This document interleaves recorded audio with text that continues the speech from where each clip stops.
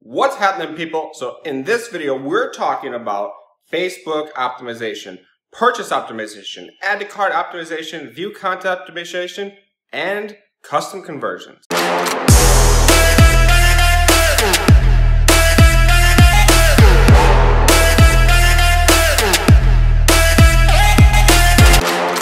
Today's video, we're covering the Facebook optimization. This is more of a beginner's video, but I wanted to cover it because it's actually a very important subject when you're taking advantage of the Facebook pixel's power to optimize for the correct event, to get the most impact, and of course, make the most sales. So what is actually the Facebook optimization? What does this mean? Well, there's actually two meanings behind this. Facebook will optimize based on the event that you tell it to. There's a couple events that you have options for when you set up your pixel. If you set it up correctly on your Shopify store, you can optimize for a view content, which is VC. You can optimize for a lead. So if you're collecting an email, optimization for a registration. So if someone registered on your store, you can optimize for that. An add to cart, which is ATC. If they add it to the cart, right? They click on a product and they add it to the cart. You could optimize for when someone initiates a checkout. You could optimize for when they enter payment information, and of course, you could optimize when they purchase. Now, you have all these options, and you're probably wondering, well, why would I want to use any other event-based? My goal is to get a purchase. Why do I want to optimize for this other stuff? And it's true when they say, and other people talk about, yes, it's cheaper to optimize for view content. You get way cheaper clicks. Well, yeah, you get way cheaper clicks. And you know what? Facebook will send you tons and tons of traffic. But you will be amazed, and I'm going to tell you that I said this in the other video, and I'll say it again. You will be amazed at how much it does not work. You would think that, hey, I'm getting 10 times as much traffic. I'm getting 8,000 visitors a day from my $800. Or no, yeah, I'm getting 10 cents a visit or whatever.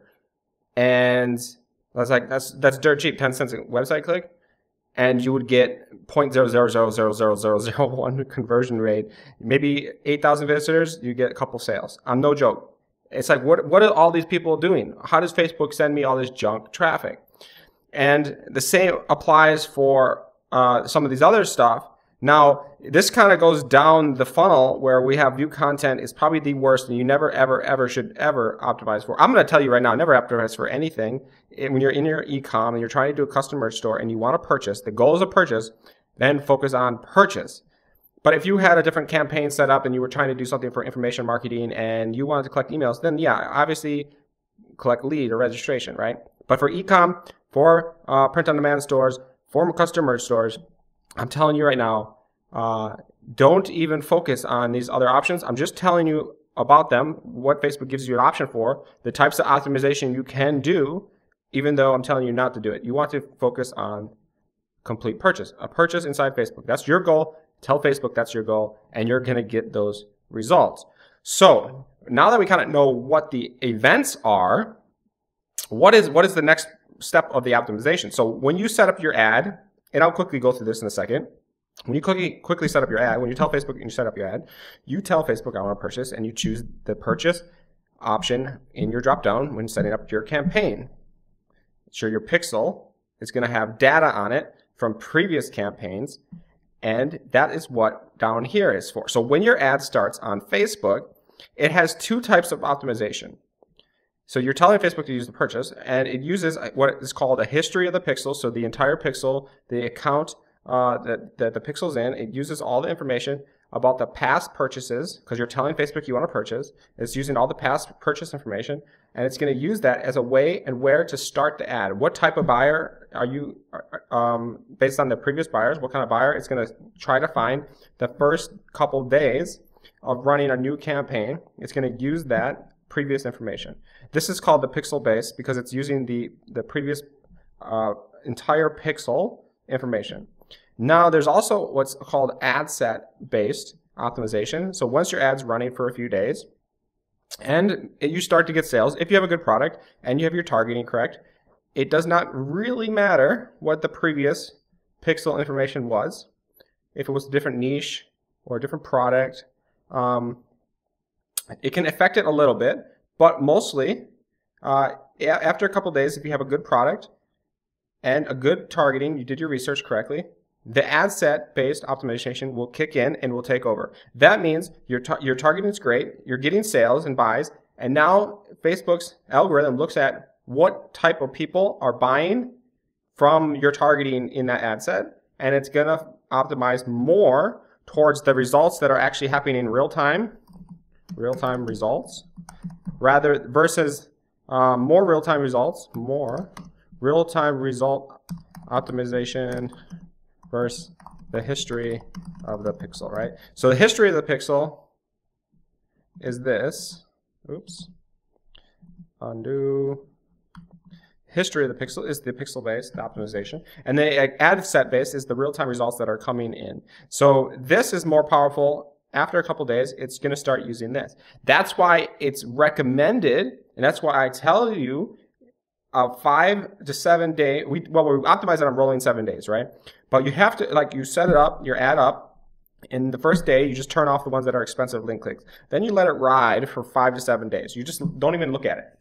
You don't want to look at it because you're gonna mess it up. So you don't touch it, don't look at it for 5 days, at least 5 days.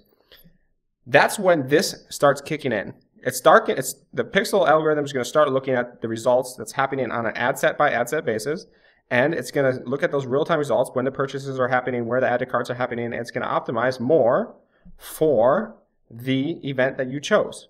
And so if you get purchases happening on an ad set, it's using the ad set that's actually getting the purchases is going to optimize more and better because now it's using the real-time results that are coming in. Okay, so this is the general overview of like what types of optimization there are and how does an ad optimize. There's also something called custom conversions, and custom conversions are, if you think about taking a subset of the pixel, starting from scratch, creating a custom conversion based on whatever you want. It could be based on a product ID or a variant ID or something like that. And then you also choose your event for that customer conversion. And so now you're creating a subset, an inclusive subset or an exclusive subset of that pixel. So this will optimize inclusively of the main pixel. But it's an exclusive of that main pixel. If that makes any sense. It's probably a little confusing. But we're going to cover more about custom conversions in a future video. I don't want to get into details, but I just want to show you right now, real quick, if I head over to Facebook, and you're inside Power Editor, and you're creating a campaign. Let me show you, let's do a test. Here, you know what, I'll just cancel this. I have right here. So we created a test campaign. Let's go to the ad set level, and let's open up this ad set, and you can see, here's a conversion. So this is applied when you're talking about conversion campaigns, and you want to choose View Content, Lead, Add to Cart. They have a couple other ones in here, Search, Optimize for Search, Optimize for Add to Wish List, Initiate Checkout, Payment Info, Purchase, and Registration. So like I said, I always recommend, and I always use Purchase. I used to use custom conversions a couple of years ago, but they stopped working for me, so I stopped using them. And like I said, I'll talk more about custom conversions in a future video. So again, recommend you only using Purchase. So now we're telling Facebook to optimize for purchase. So when we have this ad running, that's when it will start with the history of the pixel, and then it will move after a few days into the ad set real-time results that are coming in, and it'll optimize per ad set. So ad set A, could be a lot more better than ad set B, and ad set A will start taking off and working while B doesn't do anything. And that's fine. That's totally normal. That's expected. And that is how this whole optimization kind of works, kind of the overview of it. I really hope this helps a little bit.